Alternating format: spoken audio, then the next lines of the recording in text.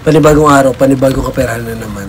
Alas 6 gumising, alas 9 na namalengke. Ang init na be.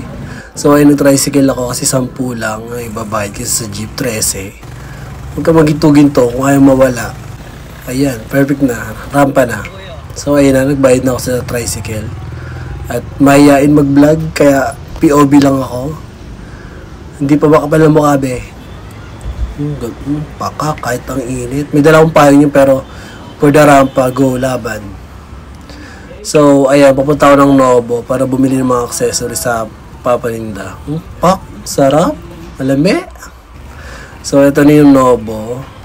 Nag-push cart pa, wala naman bibilhin. So, ito para sa chili oil, pero hindi ko binili kasi witty. Ito, ang mahal. So, orange shop na lang. Diyos ko. So, ayan, pauwi na ako at may nagtutukso sa akin na, ay, hindi mag-check-in, be. Ito na, pauwi na, napakainit na, hindi na kaya ng level ko. POV pa rin kasi mahihain pa rin ako, be. Hindi kaya ng level.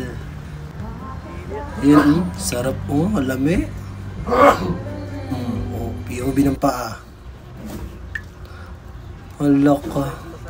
Dead mo, Dead mo sa init, basta makarampa.